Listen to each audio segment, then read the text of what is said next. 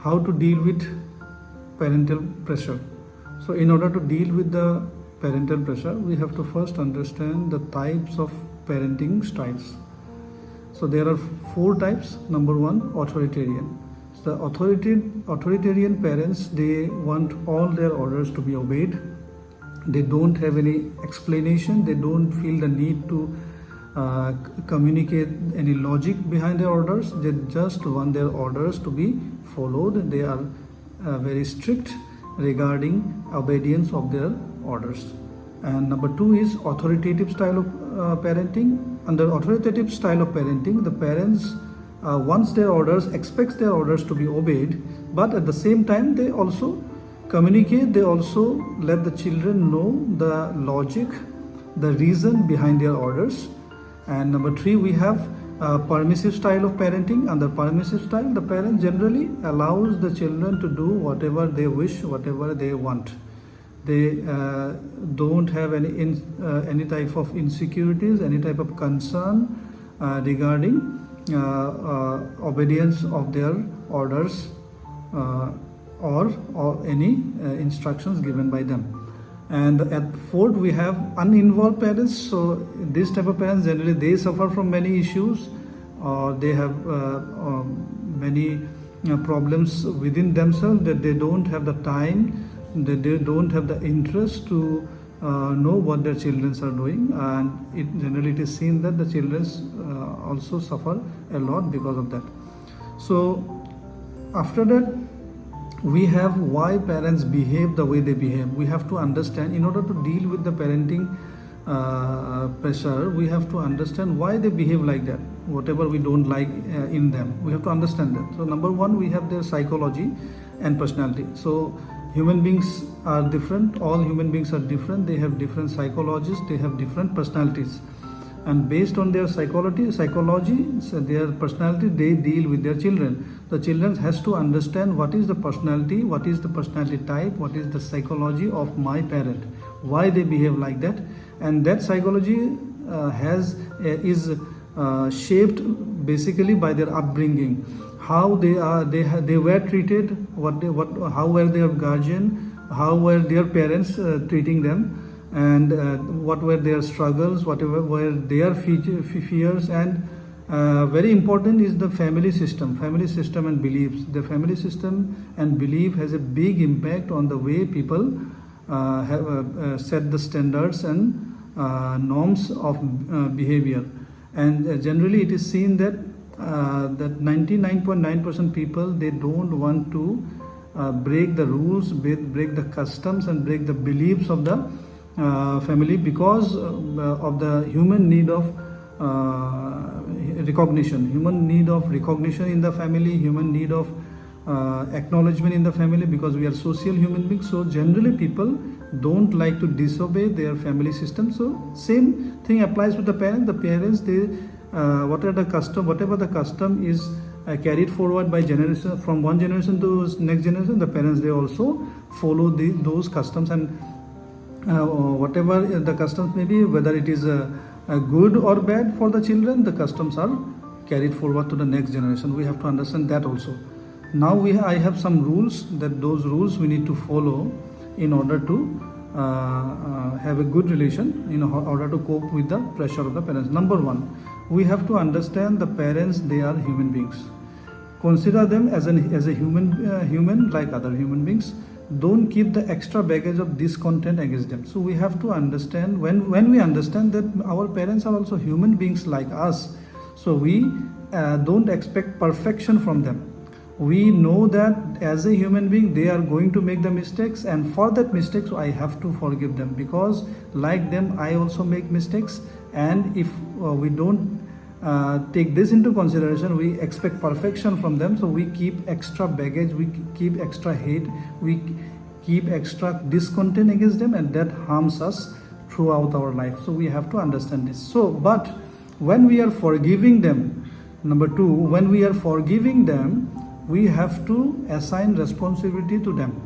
It is also seen in many children that they forgive their parents, but inside the pain they carry it throughout their life. But the children has to understand that they are human beings, but they are intellectual they are an intellectual creature. They know what they are doing. So when we there are two balances in this. Number one, the upper balance, we have to understand they are human beings. Number two, we also have to understand they are intellectual creatures. So we have to assign the responsibility to them also. When we do it, we give a big relief to us. We don't blame their behavior to our bad luck or whatever it is. So we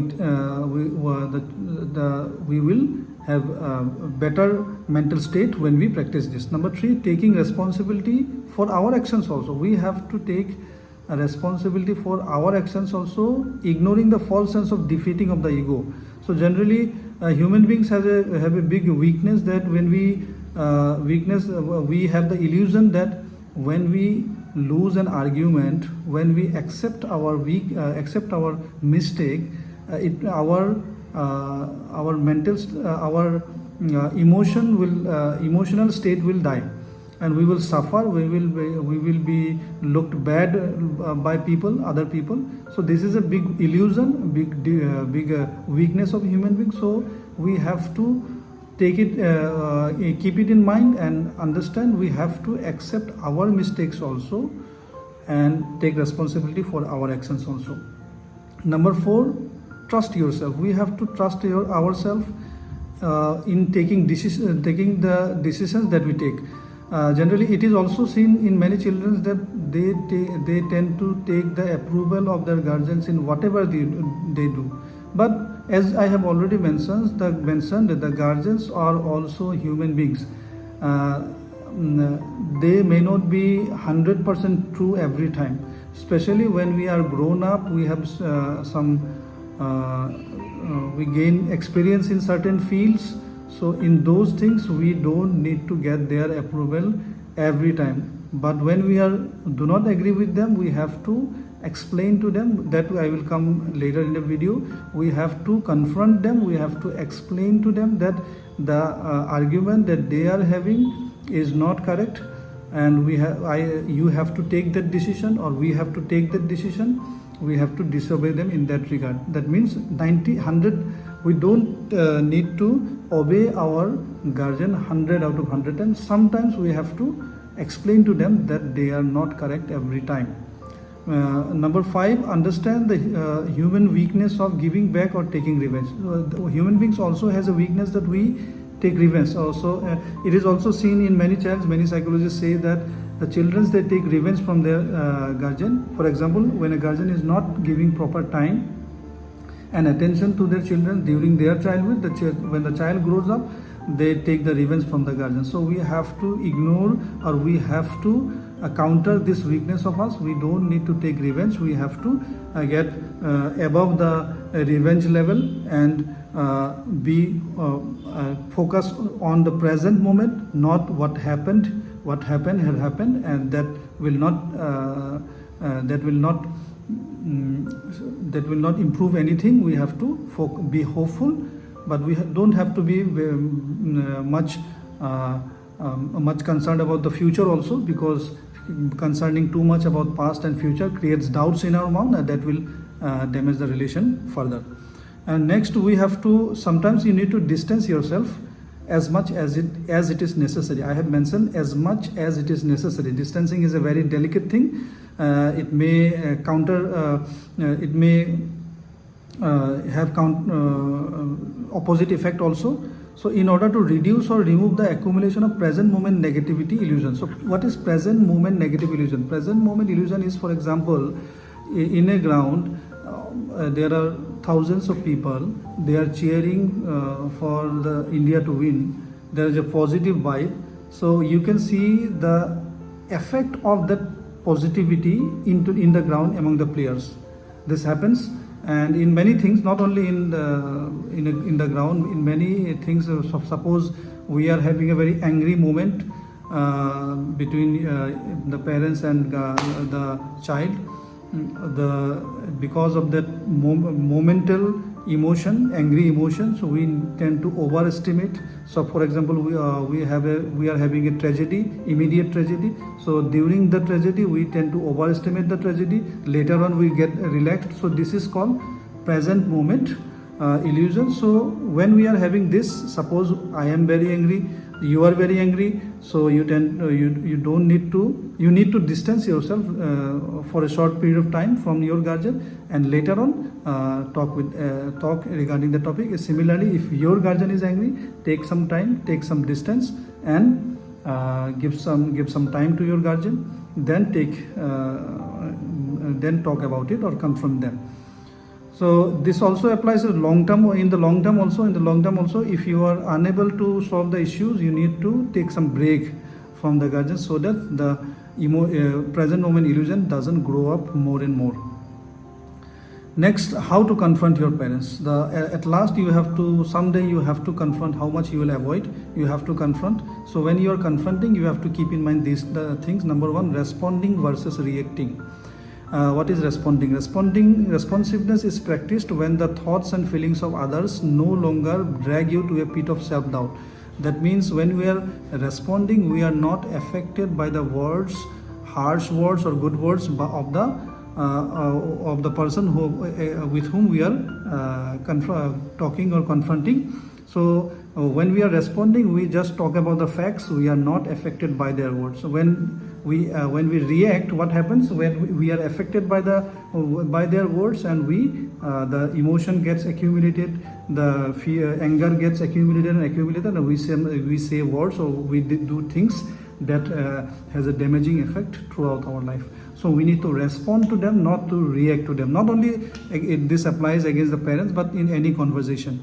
Next, avoid taking confrontative action when your emotions are at fever pitch. I have already mentioned that when we are having our emotions are high, we should avoid confronting our guardians, because at that time our perspective and our judgment will be clouded by the immediate emotion. Number three, what should be the purpose of our confrontation?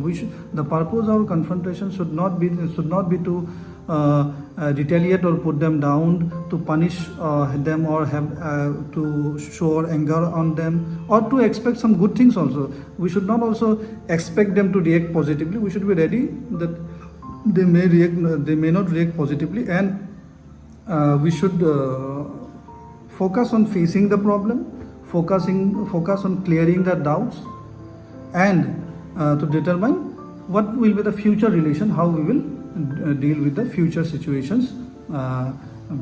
And at last, before ending the video, I would like to tell everyone that we should be empathetic to each other. We should see the things, see their actions by taking into consideration their point of view. Then I think no problem will be there. Thank you very much.